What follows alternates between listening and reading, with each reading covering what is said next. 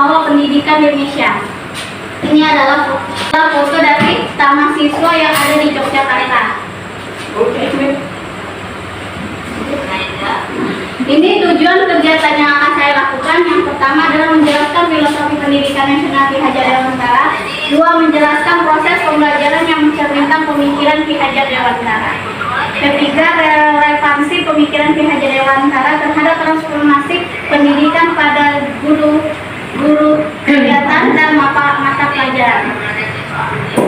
Dan agenda kegiatan yang pertama adalah ice breaking. Saya akan memberikan ice breaking pertama. Terus yang kedua, penyampaian tujuan pembelajaran, refleksi awal. Terus ada kegiatan inti, pemaparan materi, ada tanya jawab dan diskusi. Terus kegiatan penutup atau refleksi. Yaitu pertama, peserta menuliskan simbol yang mencerminkan atau hobi atau potensi yang dimiliki. Jadi saya akan memberikan kertas dan guru akan menggambarkan sesuatu yang tentang diri dia atau kekuatan yang ada dalam diri dia. Menggambarkan sesuatu. Saya memberikan contoh pada diri saya. Kalau saya menggambarkan diri saya itu adalah buku atau guru.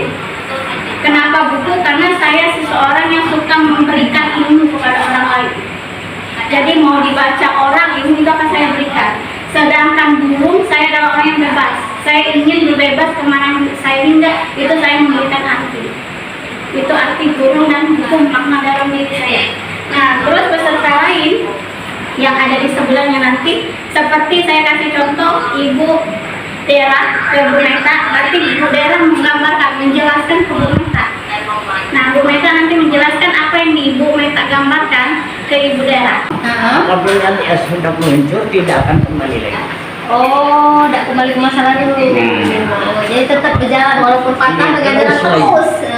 Ini prinsip anak-anak. Oh iya Pak. Tidak pantang menyerah. Iya. Pantang menyerah. Terus, tidak kembali lagi. Iya benar. Itu prinsipnya. Terus. Jadi di dalam perjalanan anak-anak ini, dia tidak pernah kembali dan tidak pernah mengharap kembali. Oh, tanpa pamrih. Nah, ini. Inilah prinsip anak-anak. Ini kalau aku Pak, ini kan asri ya. Berarti aku tuh sukanya keindahan, yang sejuk-sejuk, kayak rindang. Apa ya? Pokoknya sejuk lah Pak, pokoknya asri. Aku tuh senangnya kayak itu, yang indah-indah lah. Menyendiri. Bukan menyendiri, introvert itu. Semangatnya kayak itu. Kenapa lo wanita itu suka kembang?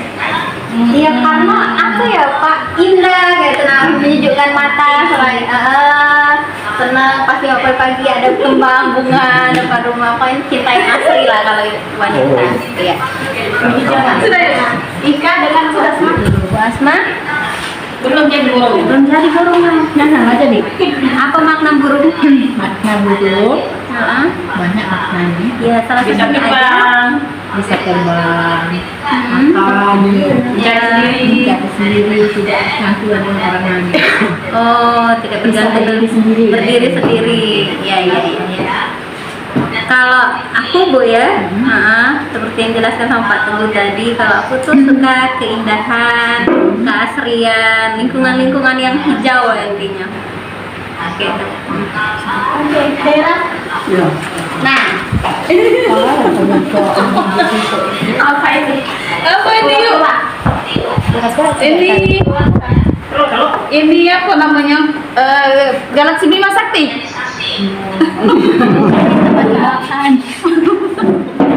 Kenapa ya Meta? Apa nih Meta? Itu berbentuk lingkaran itu berarti manusia itu punya setiap kehidupan dan itu punya masalah, berarti dia harus bisa mengatasi masalah tersebut. Itu maksudnya gambar lingkaran, banyak lingkaran masalah. Putar hidupnya. Ya seperti itu. Lingkaran setan. Ya kalau aku nih ini ya, nada musik ya. Ya senang musik berarti senang seni, yalah senang namanya warna-warni, kehidupan tuh banyak ya warna-warni kehidupan tuh kan pastinya. Ya senang yang namanya keramaian musik itu kan terhibur. Iya, Ya, benar. gitu.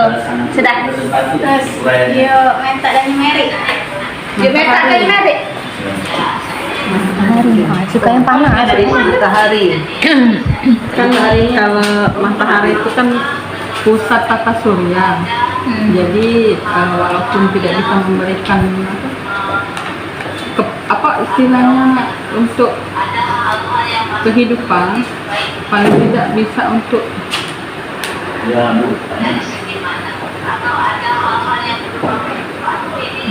Sumber dari segalanya. kalau bisa untuk bisa menyemangati orang-orang yang ada di sekitar. Ini berarti kami lingkaran ini berarti setiap manusia itu punya permasalahan hidupnya, berarti harus diselesaikan dengan secara apa ya, lebih benar dan bisa mengembangkan potensi yang harus ada di dalam dirinya masing-masing. Nah, kita berikan di awal untuk pembelajaran anak supaya anak itu misalnya dari pergantian jam, sehingga mereka kan nggak usah misalnya dari matematika ibu salah belajar ke bahasa Inggris mereka pasti kan ada namanya titik jenuh. Nah makanya kita melakukan ice breaking supaya kita mengembalikan apa yang ada di pikiran mereka sebelum mereka mulai itu ice breaking. Kalau saya lakukan ice breaking ini karena kita guru, jadi saya melakukan ice breakingnya seperti ini. Tapi kalau untuk siswa banyak, mungkin hanya bisa melompat-lompat atau kegiatan yang psikomotorik untuk siswa. Itu harus kita lakukan sebagai seorang guru. Melakukan ice breaking. Kegiatan ini kita punya kesepakatan dulu. Awali kegiatan dengan doa, tapi saya tidak dengan doa karena kita mau cepat dulu waktu ya siap. Terus hadir tepat waktu, berpartisipasi aktif dalam diskusi, menghargai pendapat peserta lain, mengaktifkan HP dan mode silent dan menjaga kebersihan kelas. Kesepakatan kelas ini sebenarnya harus kita lakukan di setiap pembelajaran kelas. Karena kesepakatan kelas atau keyakinan kelas ini harus kita lakukan. Misalnya saya bahasa Inggris, dalam pelajaran bahasa Inggris saya meminta Anda membuat kesepakatan kelas. Apa yang akan mereka inginkan di dalam kelas mereka untuk pelajaran hari ini. Itu harus ada kesepakatan kelas.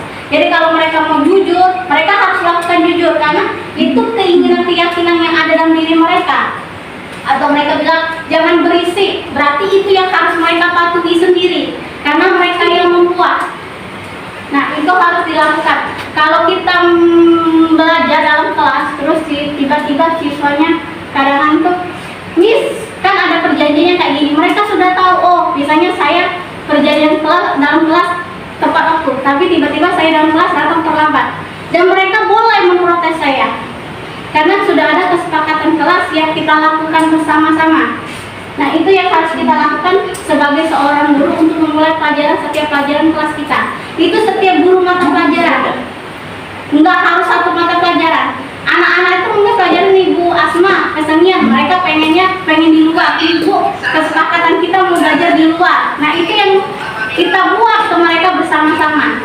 Setiap anak itu pasti keinginannya berbeda-beda untuk dideteksi. Nah, kita guru itu sebenarnya dalam pembelajaran kita ada namanya pre-test dan post-test sebenarnya. Dan harus ada refleksi. Di materi pembelajaran sekarang kita harus melakukan refleksi. Jadi ini ada yang saya buat adalah refleksi awal, di mana saya melakukan apa yang saya coba tadi. Yang pertama akan pertanyaan saya untuk refleksi awal, apa pengetahuan dan pengalaman baru yang didapatkan setelah mempelajari secara mendalam pemikiran Ki Hajar Dewantara. Terus kedua, apa kekuatan Anda dalam menerapkan pengetahuan dan pengalaman baru ini, dan apa-apa yang perlu Anda ubah dalam diri Anda. Ini yang ada refleksi kita. Pendidikan Nasional Pak Ki Hajar Dewantara yang akan saya cakup ada 8, yaitu dasar pendidikan Ki Hajar Dewantara itu menuntun. Kedua, dasar pendidikan Ki Hajar Dewantara itu kodrat anak merdeka dan bermain, seperti slogan kita merdeka sekarang. Yang ketiga, pendidikan yang berpihak pada anak, yang ada katanya menghamba dengan anak. Nanti saya akan jelaskan apa itu arti menghamba. Terus dasar pendidikan Ki Hajar Dewantara bukan tabula rasa. Karena selama ini yang kita lakukan adalah tabula rasa. Sebenarnya yang diminta oleh Pak Ki Hajar Dewantara tapi bukan tabula rasa. Yang kelima, dasar pendidikan Ki Hajar Dewantara itu budi pekerti. Ini dulu mata pelajaran, tapi sebenarnya itu memang harus ada setiap pelajaran. Keenam, dasar pendidikan Ki Hajar Dewantara itu petani. Ketujuh, relevansi filosofi pendidikan Ki Hajar Dewantara tentang pesan kuncinya. Apa yang dipesan yang dimaksud oleh Pak Ki Hajar Dewantara tentang pendidikan yang dimaksud untuk anak Indonesia. Refleksi filosofi pendidikan Ki Hajar Dewantara ada namanya, pesan juga ada refleksinya seperti saya bilang di awal. Nah, jadi kita di sini sebagai guru itu menuntun, bukan menuntut. Kita disuruh menuntun, karena anak itu dituntun. Selama ini kita pernah sekolah, kita dituntut kan di sekolah. Tapi sebenarnya yang diminta oleh Pak Ki Hajar Dewantara itu kita menuntun, bukan menuntut. Jadi maksud dia itu kita menuntun kekuatan yang kodrat anak pada anak. Anak itu sudah membawa dua kodrat alam dan kodrat zaman. Kodrat alam itu ialah sifat yang ada dalam diri dia dan lingkungannya. Itu sudah ada pada anak. Sedangkan kodrat zaman yaitu kecanggihan teknologi. Itu yang ada anak pada anak. Jadi kita sebagai guru harus mengikuti kodrat zaman yang diikuti oleh anak. Jangan mereka mengikuti kita. Jadi seperti belajar tradisional kalau kita ngajarin mereka, kalau kita nggak mengikuti kodrat zaman. Nah, terus agar anak-anak mereka dapat mencapai keselamatan. Keselamatan sini berarti anak-anak, berarti pada saat kita menguatkan anak-anak, tamakan kita, mereka di dunia luar itu selamat. Mereka memahami daerah dan kebahagiaan yang setinggi-tingginya. Mereka mendapatkan pekerjaan, terus diterima dalam masyarakat. Terus sebagai manusia, karena kita meminta mereka sebagai manusia, bukan sebagai budak. Kata manusia itu bukan perbudakan. Jadi kalau manusia itu merdeka maupun anggota masyarakat. Pada saat kita kembalikan mereka ke anggota masyarakat, mereka bisa menjadi manusia seutuhnya. Mereka dari buah karya Ki Hajar Dewantara itu ada Ingat Sungtolodo, Ingmadia Mamantarso, dan Cemburi Handayani. Ingat Sungtolodo itu memberi teladan kalau kita berada di depan mereka. Jadi siswa itu mengikuti apa yang dilihat mereka. Jadi kita sebagai guru itu sebagai teladan pada saat kita di depan mereka. Pada saat kita di tengah membangun semangat mereka. Pada saat kita memberikan, kita duduk di posisi tengah, kita memberikan mereka kemauan atau membangun semangat mereka. Anak-anak selalu punya masalah dan kita harus membangunkan semangat untuk belajar mereka. Itu yang diperlukan. Guru Handayani kita memberi dorongan. Selama ini kita kan diminta Guru Handayani, tapi sebenarnya yang ditambah Hajar Dewantara 3 ini harus bisa didapat oleh guru. Pemikiran Pak Hajar Dewantara dari Guru Handayani ke Ingat Sungtolodo, dari Ingat Sungtolodo harus sama seimbang dengan Ingmadia Mamantarso. Itu yang akan mencapai keselamatan manusia dari minta oleh Ki Hajar Dewantara. Pendidikan Ki Hajar Dewantara, kodrat anak yaitu bermain. Setiap anak itu bermain. SD itu dibiarkan bermain, karena memang kodrat mereka bermain. Jangan menuntut mereka harus bisa matematika, atau biarkan kita bermain dengan mereka menggunakan matematika. Seperti mereka menggunakan melompat. Dari melompat itu kan mereka bermain, tapi mereka juga belajar menghitung. Itu yang dilakukan Pak Ki Hajar Dewantara di sekolahnya Taman Siswa. Katakan bahwa mereka merupakan syarat dan juga tujuan pendidikan kemerdekaan yang dimiliki oleh murid, yaitu cipta karsa dan karya. Pendidikan bukanlah sebuah paksaan, ingat, bukan sebuah paksaan. Dan siswa perlu mendapat kemerdekaan untuk mempelajari yang dianggap mereka penting. Itu mereka sudah menjurus sebenarnya. Mereka sudah bisa kita tanya apa yang mereka inginkan. Misalnya, Bu, saya ingin menjadi seorang akuntan.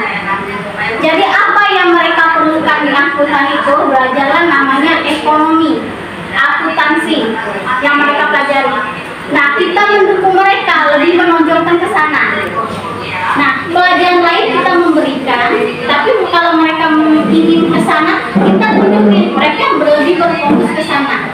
Sebab pada anak bebas dari segala ikatan, suci hati mendekati sang anak, bukan untuk meminta sesuatu hak, melainkan untuk berhamba pada sang anak, berhamba. Guru penggerak ada lagu kami bersemboyan berhamba kepada Yesus. Itu adalah Ki Hajar Dewantara tahun 1922, azas Taman Siswa ke-7. Ini bukan kita nulis ya, dalam bahasa Indonesia berhamba itu artinya mengabdi. Jadi bukan kita bersujud, bukan kita meminta, tapi hamba itu mengabdi. Kita mengabdikan diri kepada siswa. benar kita mengabdikan kepada siswa karena kita memberikan mereka ilmu. Pemikiran Ki Hajar Dewantara bukan tabula rasa. Anak bukan kertas kosong. Anak itu sudah ada yang bisa digambarkan sesuai keinginan orang dewasa. Tabula rasa itu adalah kertas kosong. Tapi anak bukan kertas kosong. Anak lahir dengan kekuatan kodrat yang masih sama-sama. Mereka sudah punya, tapi mereka masih sama-sama. Makanya anak-anak itu selalu berubah sifat. Tujuan pendidikan adalah menuntun, memfasilitasi atau membantu anak untuk menebalkan garis sama-sama tadi. Jadi mereka itu sudah punya, tetapi kita sebagai guru yang menebalkannya. Apa yang diinginkan oleh mereka, yang kodrat mereka, kita yang menebalkannya. Kita mengajarkan mereka, terus dapat memperbaiki memperbaiki lakunya untuk menjadi manusia seutuhnya. Menebalkan di dalam sini kita menuntut mereka seperti kita siswa itu sudah ada namanya keinginan mereka untuk belajar apa yang mereka inginkan. Tetapi mereka tuh masih bingung kemana arah mereka, apa yang akan mereka lakukan. Nah, inilah fungsi guru sebagai penuntut.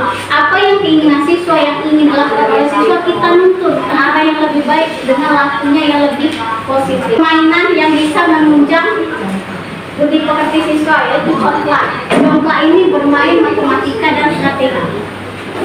Kenapa? Kita menghitung mau mengambil punya orang, kita harus menghitung berapa anak buahnya menggunakan strategi. Terus gobak sodor, nilai strateginya. Gobak sodor ini gobak sodor ini bermain strategi ini juga bisa bermain dengan matematika. Ini adalah kerjasama tim. Di sini kita kerjasama menciptakan namanya budi pekerti siswa. Nah, di sini kenapa Pak Ki Hajar Dewantara menganggap kita itu sebagai petani? Guru itu sebagai petani, diibaratkan sebagai petani. Petani hakikatnya sama kewajibannya dengan seorang pendidik yang menanam jagung. Jagung itu adalah anak. Misalnya hanya dapat menuntun tumbuhnya jagung itu, ia dapat memperbaiki kondisi tanah. Kita memperbaiki kondisi yang ada dalam sekolah, dalam kelas. Terus kita pelihara anak tadi, ibarat jagung. Terus kita beri pupuk dengan ilmu yang kita beri dan beri air. Nah, terus kita basmi ular-ular yang sifat-sifat jelek atau orang-orang yang maksudnya mengganggu anak, kita basmi. Jangan mengganggu mereka, hidup mereka. Nah, itu makanya guru itu adalah sebagai dimaksud oleh dari Pak Ki Hajar Dewantara. Pendidikan Ki Hajar Dewantara adalah pesan kunci.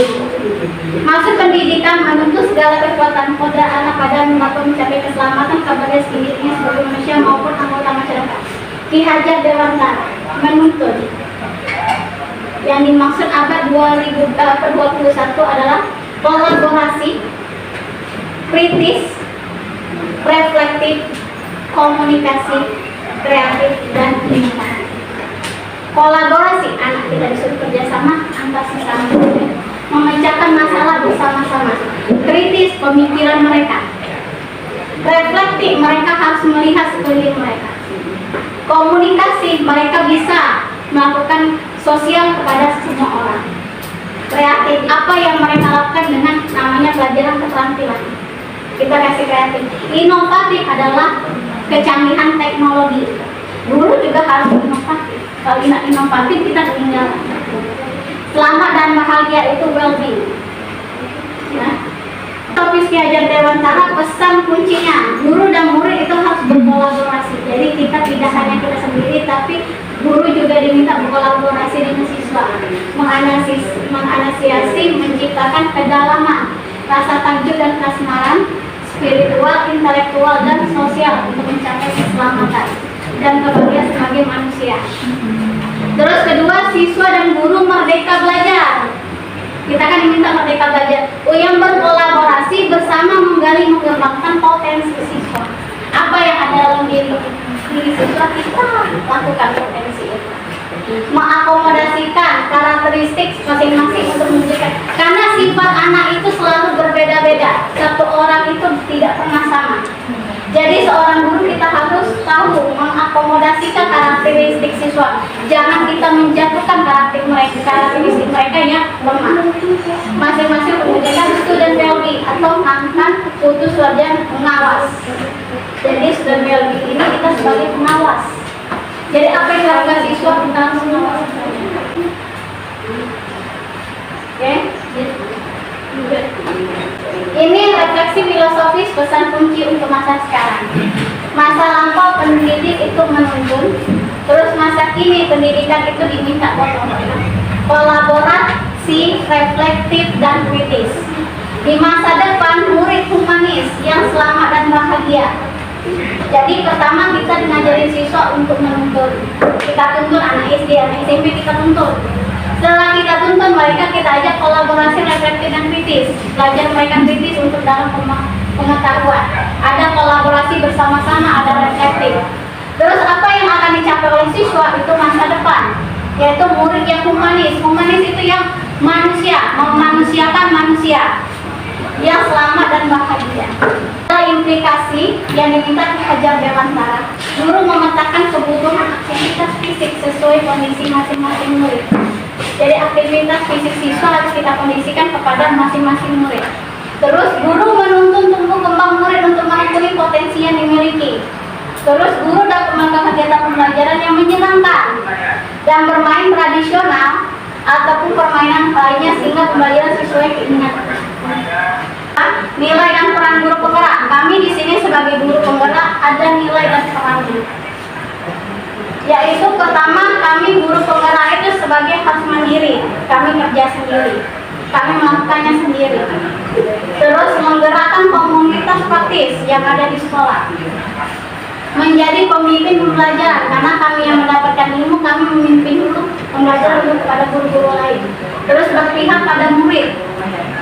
Terus reflektif, mewujudkan kepemimpinan murid. Terus inovatif, kolaboratif, menjadi coach bagi guru lain, mendorong kolaborasi. Terus 1.3 itu visi guru penggerak. Dalam sini kami guru penggerak disuruh membuat visi, mengangkat kekuatan yang ada di sekolah. Ini visi saya sebagai guru penggerak di sekolah teladan Taman Tiareta, yaitu bertakwa, karena kita selalu ada namanya majelis taklim. Terus mengaji, saya mengangkat bertakwa kepada siswa. Terus mandiri, siswa saya minta mandiri untuk mengerjakan tugas mereka secara mandiri. Terus berprestasi, kita dulu sekolah teladan ini sering berprestasi, sering ikut lomba. Itu yang mau saya angkat lagi sebagai siswa berprestasi. Berbudaya, kita ada guru kesenian, kita punya budaya. Palembang mau kita angkat lagi, tarian Palembang, lagu Palembang mau kita angkat lagi sebagai orang yang berbudaya. Kreatif, siswa diminta melakukan sesuatu apa, kewirausahaan dengan kreatif. Itu yang akan saya munculkan. Cinta alam, saya menciptakan itulah apotik hidup siswa supaya mereka cinta alam. Ini yang visi yang akan saya angkat sebagai guru penggerak di SMA Teladan. Dan saya minta untuk guru-guru untuk membantu saya untuk mewujudkan visi saya sebagai guru penggerak. Modul 1.4 budaya positif. Nah, ini yang sangat penting yang akan kita angkat. Seperti kasus saya tadi, 2 orang siswa saya, mungkin kalau saya dulu mungkin sudah marah-marah, sudah saya pukul-pukul, saya tidak boleh lagi memarahi siswa karena saya hanya menuntut, tidak menuntut lagi sekarang. Saya guru penggerak, saya tidak boleh lagi menuntut siswa, memaksakan siswa. Jadi saya harus melakukan budaya positif. Eksploitasi konsepnya itu perubahan paradigma dari stimulus respon ke teori kontrol. Jadi ada dari stimulus, terus ada respon, kita melanjutkan dengan teori kontrol. Kebutuhan dasar manusia, arti disiplin dan 3 motivasi perilaku manusia, keyakinan kelas dan hukuman penghargaan, posisi kontrol dan segitiga restitusi. Oke, lanjut. Pertama, perubahan paradigma stimulus dan respon. Itu adalah teori kontrol. Itu disebut dengan teori kontrol. Bisakah kita mengontrol seseorang? Susah jawabnya. Untuk susah kan untuk mengontrol orang. Stimulus dan respon. Teori kontrolnya ini adalah stimulus respon. kita mencoba mengubah orang agar berpandangan sama dengan kita. Tidak bisa. Semua orang pasti punya pandangan beda. Tetapi menurut teori kontrol, kita berusaha memahami pandangan orang lain tentang dunia.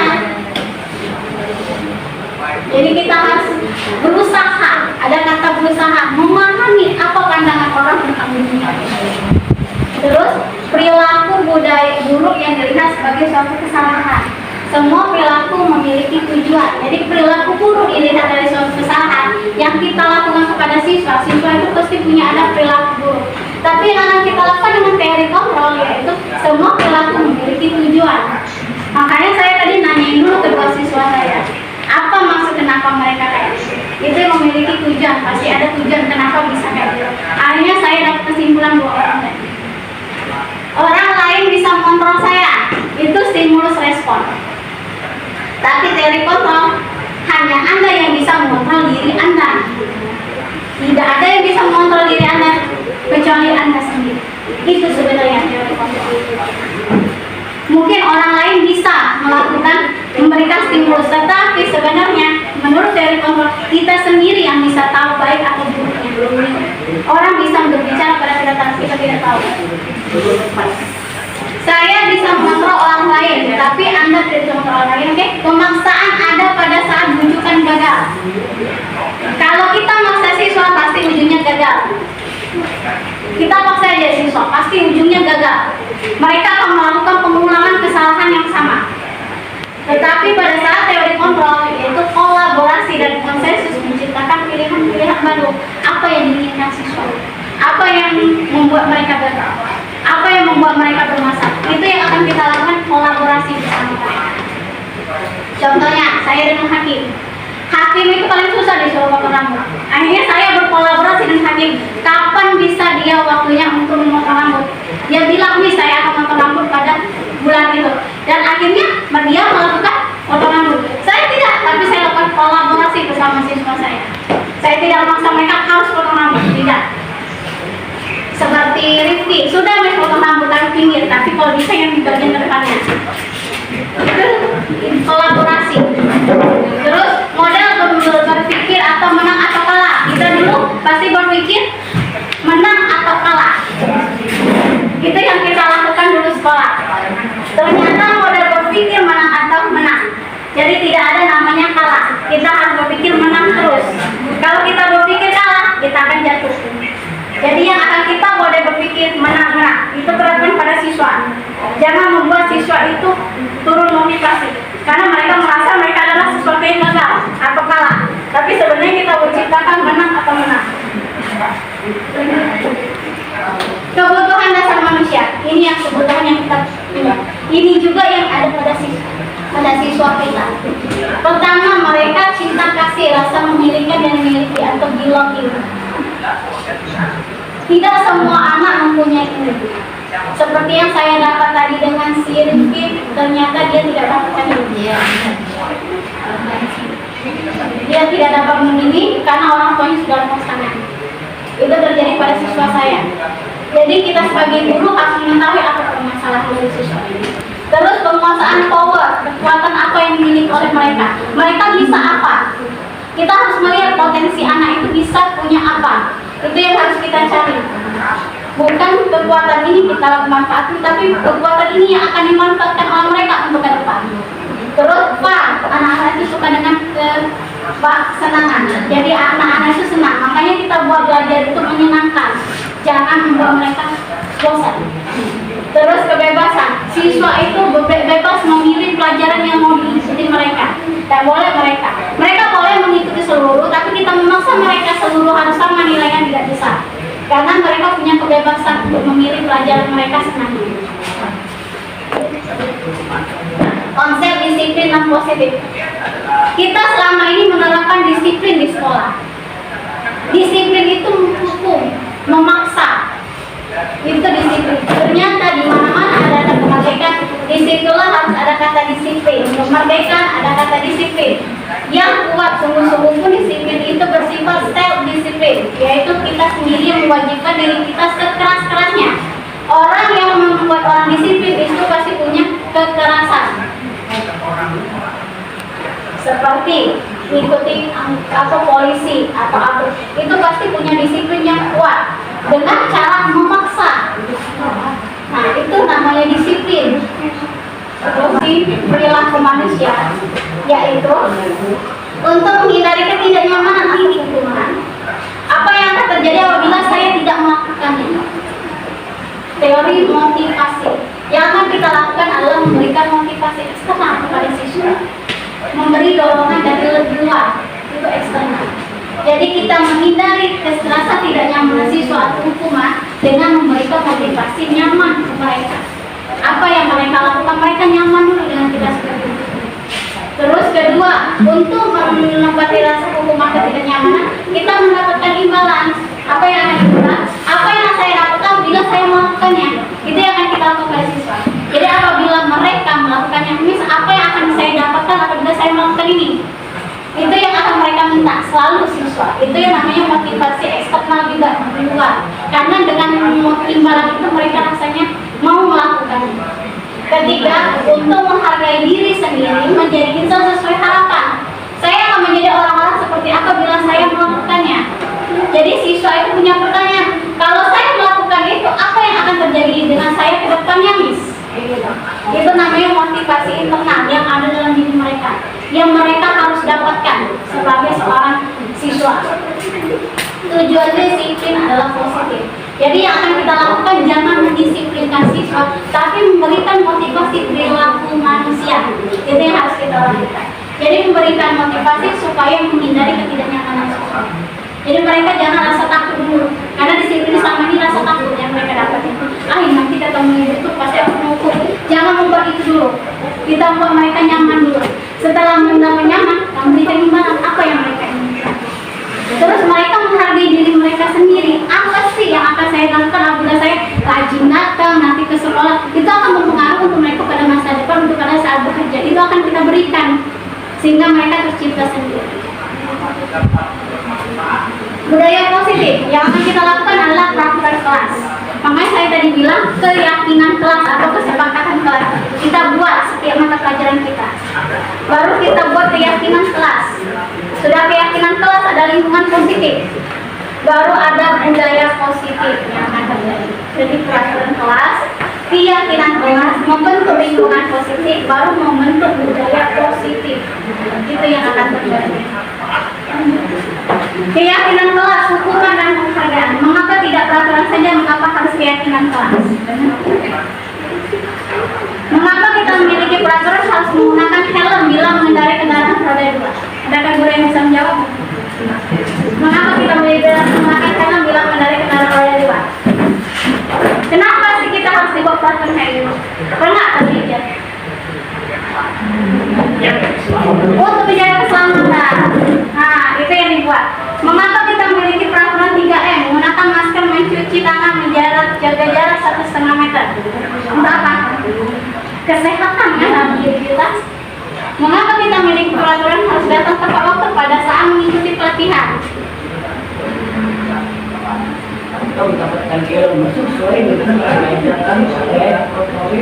Iya, jadi pada saat bila kita datang terlambat, pasti otomatis tertinggal kan? Itu yang akan terjadi. Untuk mendukung motivasi intrinsik, kembali ke nilai-nilai keyakinan yang lebih menggerakkan seseorang. Makanya kita membuat keyakinan kelas itu lebih efektif dibandingkan mengikuti serangkaian peraturan. Jadi kalau siswa mengikuti peraturan mereka pasti ada yang tidak beratur. Tetapi apabila kita bilang kayak gini, kenapa mereka kita harus menggunakan helm? Berarti mereka sadar kalau tidak menggunakan helm kecelakaan pasti kita kepala berdarah, mati bisa berjalan. Jadi mereka tahu akan sadar diri mereka sendiri apa kebenaran. Jangan kita paksa. Terus mengapa kita memiliki peraturan? Kalau kita kena COVID, masuk rumah sakit, meninggal juga. Makanya dibuat peraturan kayak gitu supaya menghindari kan. Terus mengapa kita memiliki peraturan harus tepat waktu? Jika terlambat, misalnya mereka datang jam 8, pelajaran minggu sana selesai matematika,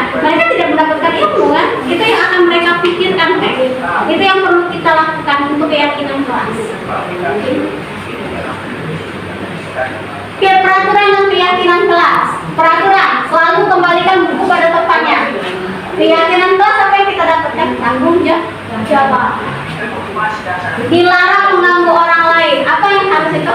Menghormati orang lain dan diri sendiri. Itu yang harus keyakinan kelas. Hadir di sekolah 15 menit sebelum pembelajaran dimulai. Menghormati orang lain fokus pada tujuan. Itu yang diminta. Dilarang melakukan kekerasan. Keselamatan menghormati orang lain. Itu yang diminta peraturan. Ini peraturannya. Dan ini keyakinan kelas. Kenapa ada? Jadi apabila kita membuat peraturan, kita harus sertakan dengan keyakinan agar siswa itu mematuhi. Kalau kita cuma membuat peraturan, mereka tanpa tahu keyakinan, tidak akan pernah bisa terjadi. Terus bergantian atau menunggu giliran, menghormati orang lain dengan kesabaran. Jadi antrian, jadi berganti giliran, menghormati orang lain. Gunakan masker, kesehatan, keselamatan dan kepedulian. Jika kita sakit, kita nulari ke orang, tapi kita tak peduli orang sekitar kita. Jangan berlari di kelas atau koridor, keselamatan keamanan, ketabrak orang jatuh. Akhirnya kita mengganggu keamanan orang, kan? Dan di sini, jadi apabila kita membuat peraturan, kita harus sertakan keyakinan. Itu kewajiban kita sebagai seorang. Jangan kita hanya bisa membuat peraturan, tapi tidak membuat keyakinan.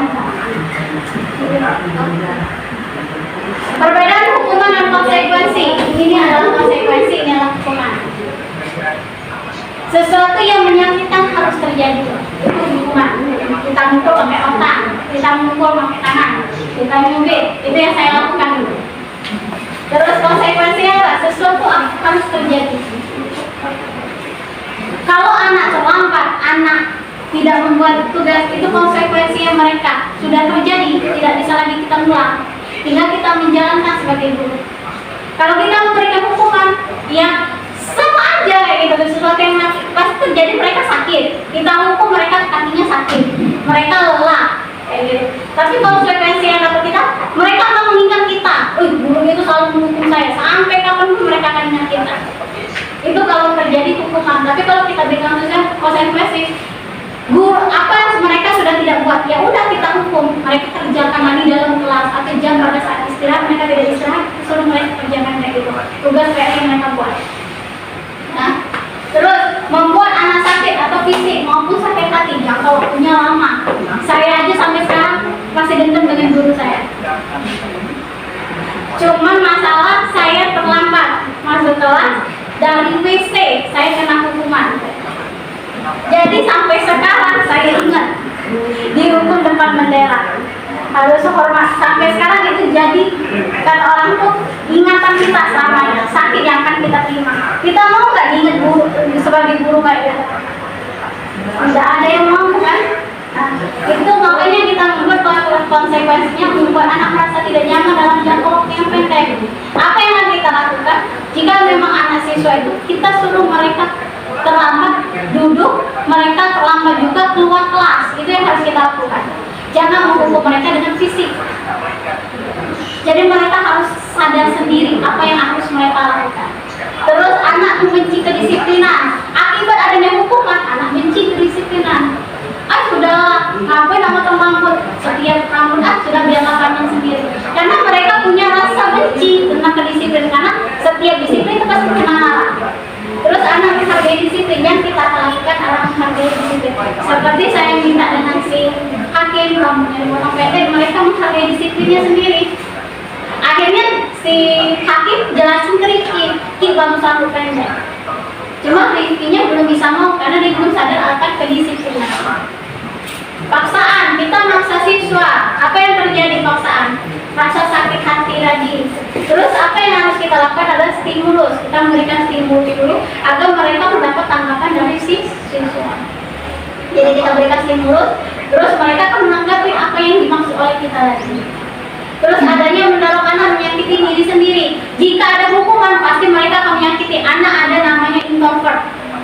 Sifat anak introvert menurut psikologi, untuk pelajaran psikologi, anak introvert itu apabila kita hukum, mereka akan merusak diri mereka sendiri.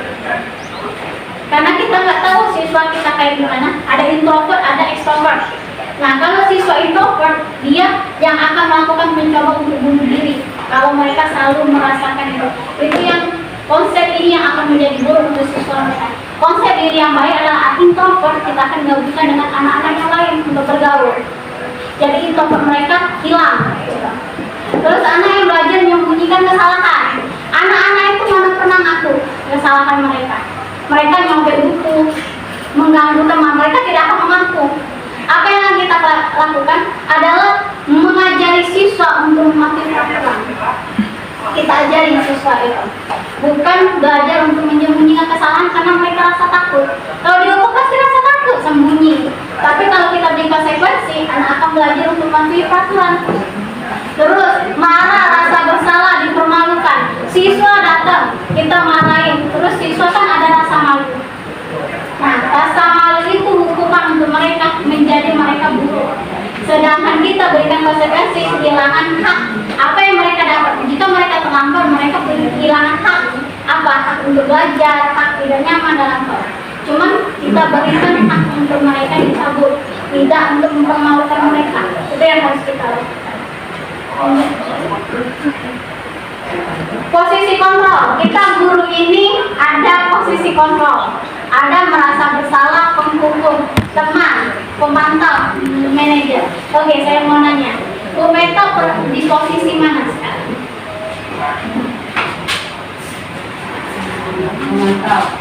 Pemantau dan teman. Pemantau dan teman. Bu Dera? Pemantau dan teman. Boy, Mary, di mana posisi ibu sekarang pada siswa? Teman. Hanya teman.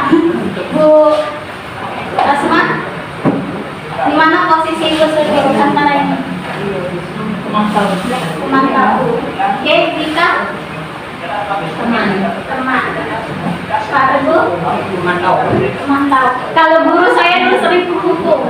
Saya juga dulu merasakan jadi penghukum. Setelah jadi masuk ke guru penggerak, saya langsung menghilangkan kata penghukum. Karena saya dulu melakukan penghukuman pada siswa. Oke, sebenarnya posisi kita harus ada di sini. Pemantau kesalahan dan manajer.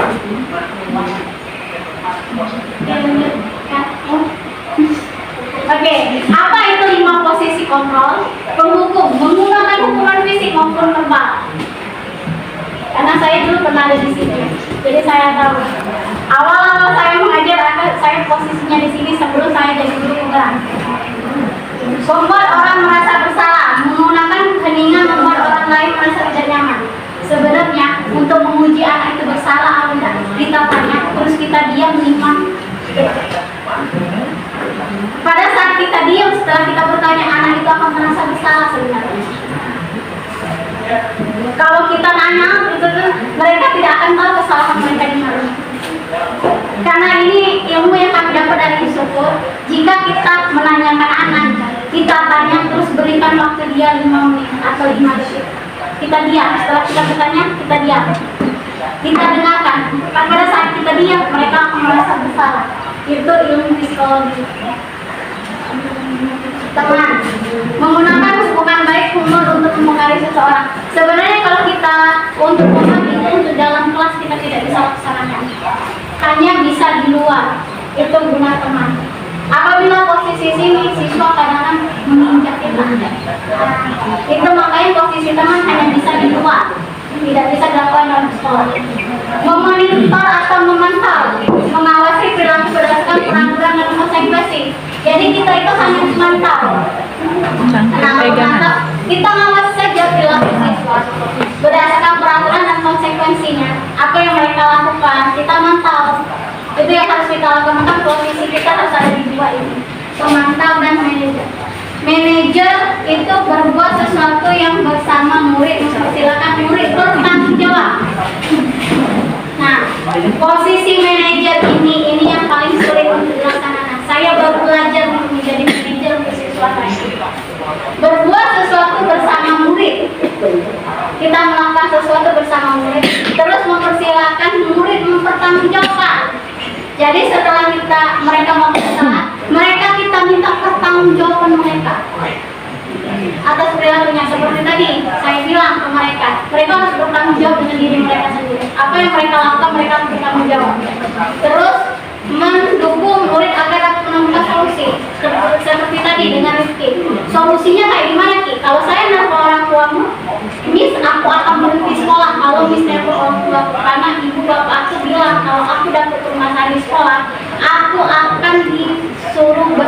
sekolah. Ibu dan bapakku sekarang angkat tangan, kata si Rifki. Di situ aku bilang solusinya kayak mana Rifki? Kalau Miss nggak mau lapor, kau harus merubah diri kau sendiri. Iya Miss, kau janji Miss akan mantau. Ini posisinya saya akan jadi pemantau mereka. Karena saya telah menjadi manajer, tadi tinggal memantau apa yang mereka lakukan. Itu yang saya lakukan. Di posisi ini yang sedang saya belajar untuk menjadi diri sebagai wanita. Lanjut. Bergerak, peraturan, konsekuensi atau hadiah, nilai-nilai manajer memperbaiki. Jadi kalau kamu tidak, saya akan titik-titik. Nah, jika siswa melakukan kesalahan, kita akan memberikan saya akan menghukum titik-titik kan kayak itu. Itu adalah mantap kesalahan. Nilai-nilai manajer, apa yang kamu yakini bagaimana memperbaiki masalah ini? Jadi apa yang mereka lakukan, mereka harus memperbaiki sendiri permasalahan itu kita sebagai posisi manajer. Jadi kalau kita memantau, kita hanya kalau kamu tidak ini, saya akan ini. Nah, permasalahannya kamu buat mereka tidak nyaman. Terus nilai manajer ini yang perlu kita pelajari. Apa yang kamu yakini, bagaimana memperbaiki. Jadi kita harus berbicara dengan anak supaya mereka terbuka. Restitusi ini adalah proses menciptakan kondisi bagi murid untuk memperbaiki kesalahan mereka. Itu yang harus kita lakukan. Kita harus menciptakan kondisi bagi murid untuk memperbaiki kesalahan mereka, sehingga mereka kembali pada kelompok mereka dengan karakter yang lebih kuat. Kesalahan namun untuk belajar dari kesalahan. Jadi setiap orang pasti punya kesalahan, bukan untuk nembus, tapi kita harus belajar dari kesalahan supaya tidak terulang lagi. Kedua, memperbaiki hubungan. Seperti Rifki tadi, saya suruh memperbaiki hubungan, tidak bisa. Memang anaknya keras, kita harus mencoba dengan tawaran bukan paksaan. Kita menawarkan, bukan paksaan. Terus restitusi itu untuk melihat ke dalam diri mereka. Terus restitusi menjadi kebutuhan dasar yang dasar tindakan. Restitusi adalah rasa paling baik. Restitusi fokus pada karakter bukan tindakan. Dan yang paling penting fokus pada solusi. Jadi fokus kita hanya pada solusi itu yang diminta oleh restitusi. Restitusi mengembalikan murid yang berbuat salah pada kelompoknya. Jadi siswa yang salah harus kita kembalikan lagi, bukan kita siksakan dari kelompoknya. Alasan mengapa melakukan, siswa punya alasan mengapa melakukannya. Terus cara-cara yang lebih efektif untuk mendapatkan apa yang kamu mau. Terus nilai-nilai apa yang telah kita sepakati. Jadi kesepakatan kelas itu sangat mempengaruhi untuk keyakinan siswa dalam kelas itu. Terus kamu ingin menjadi orang seperti apa? Terus kamu bukan orang satu-satunya pernah melakukan ini, karena siswa tidak pernah melakukan, pasti kita pernah juga. Jadi kita pasti memberikan mereka bahwa kita pernah juga melakukan ini. Terus setiap orang pasti pernah melakukan kesalahan, dan disitulah membuat mereka yakin bahwa mereka tidak melakukan sesuatu yang fatal, karena setiap orang pasti pernah melakukannya. Tapi manusia pasti ingin merubah. Itulah namanya menstabilkan identitas. Dan kami guru penggerak adalah guru yang tergerak. Kami tergerak untuk melakukan perubahan, bergerak melakukan perubahan dan menggerakkan guru-guru yang ada di sekolah untuk merubah, menciptakan budaya positif. Itu yang ingin saya ceritakan di kelas ini, di sekolah ini. Terima kasih. Apabila ada pertanyaan, boleh guru Bapak Ibu. Siapa?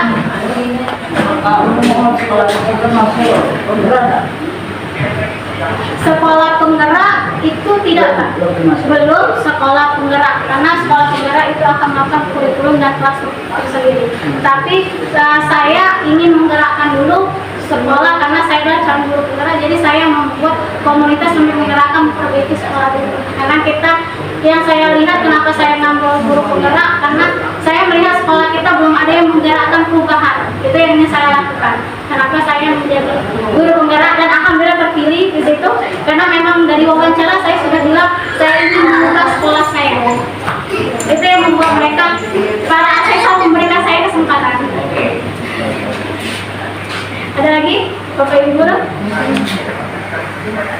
Nah, sebelum jelas yang pada segitiga restitusi tadi. Oke. Segitiga ini ada validasi tindakan yang salah. Jadi validasi tindakan salah itu kita sebagai guru seorang validasi. Jadi kamu tentu punya alasan mengapa melakukan. Jadi sebagai validasi kita menanyakan siswa apa yang punya alasan mengapa mereka melakukan. Itu yang saya tanya kepada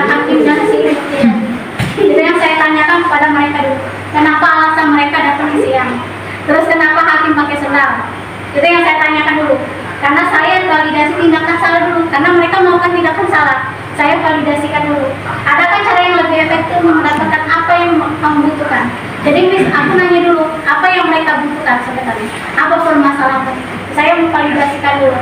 Terus menanyakan keyakinan. Karena kebetulan kelas saya untuk kegiatan karena ini bukan pelajaran saya, pelajaran Bu Sarah dengan Pak Babjo.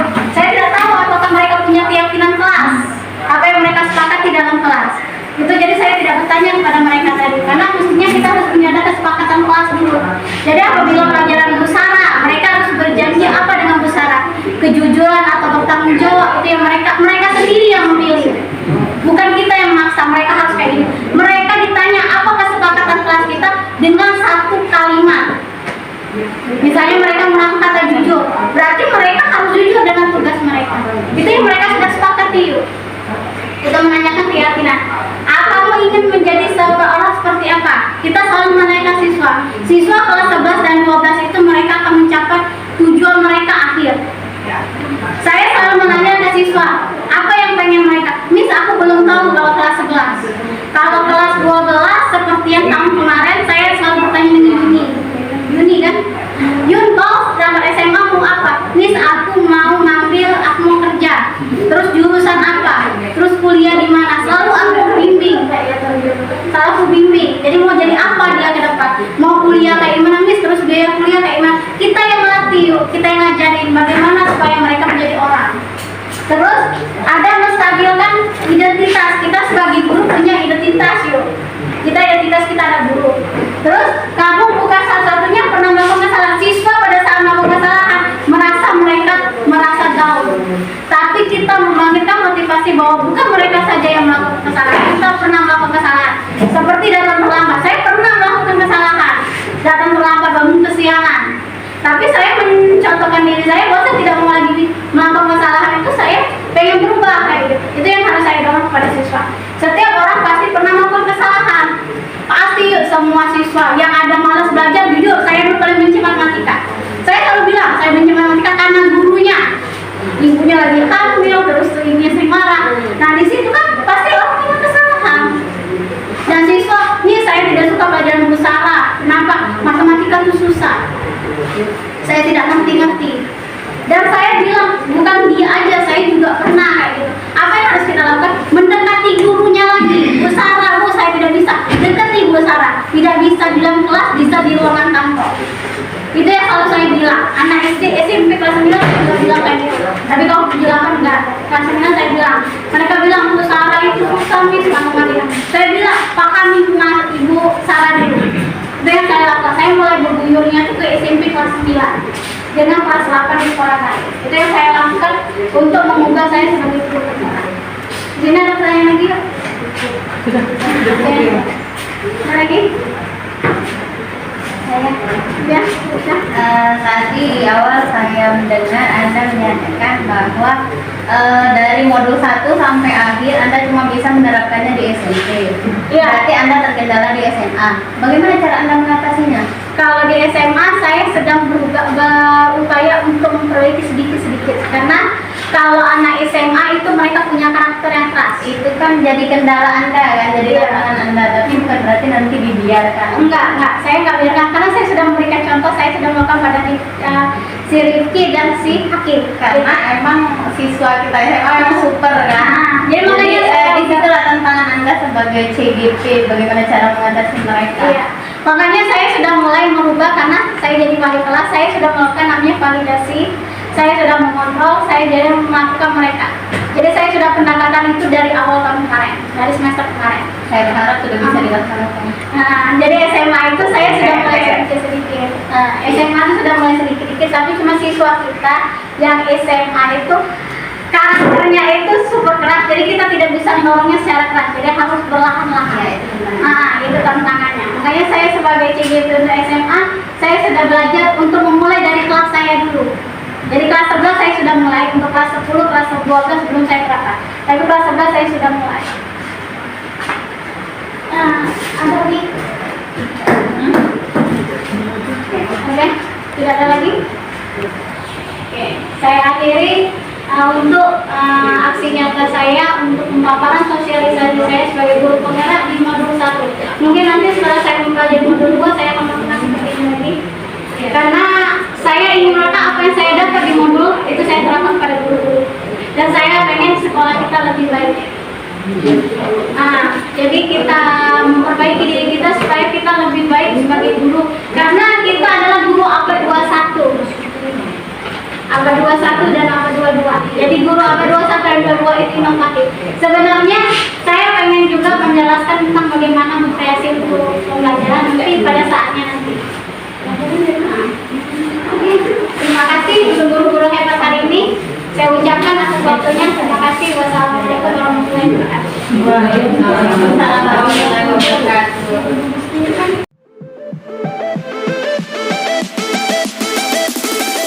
Assalamualaikum warahmatullahi wabarakatuh.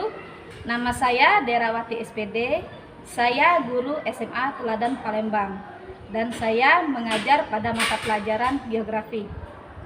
Baik, pada hari Sabtu tanggal 15 Januari 2002 kemarin, saya telah mengikuti sosialisasi yang dilaksanakan oleh Ibu Feni, calon guru penggerak angkatan 4, ya, tentang budaya positif.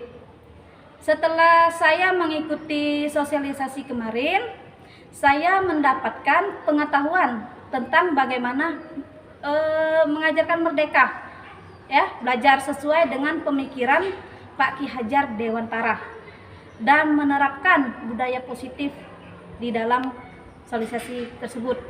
Dan saya mendapatkan ilmu, ya, pengetahuan, wawasan dan manfaat yang sangat luas. Baik, mungkin itu saja yang dapat saya sampaikan. Saya ucapkan terima kasih dan saya akhiri. Wabillahi taufik wal hidayah. Wassalamualaikum warahmatullahi wabarakatuh. Wabarakatuh. Nama saya Ahmad Rifki dan saya sekolah di SMA Teladan dan diajarkan bahasa Inggris oleh Miss Penny. Miss mengajar kami dengan sangat ramah dan senang, dan kami mengikuti pelajaran dengan sesuai jadwal sekolah. Dan Miss Penny sangat ramah dan jelas menjelaskan tentang pelajaran yang diberikan. Sekian, terima kasih. Wassalamualaikum warahmatullahi wabarakatuh.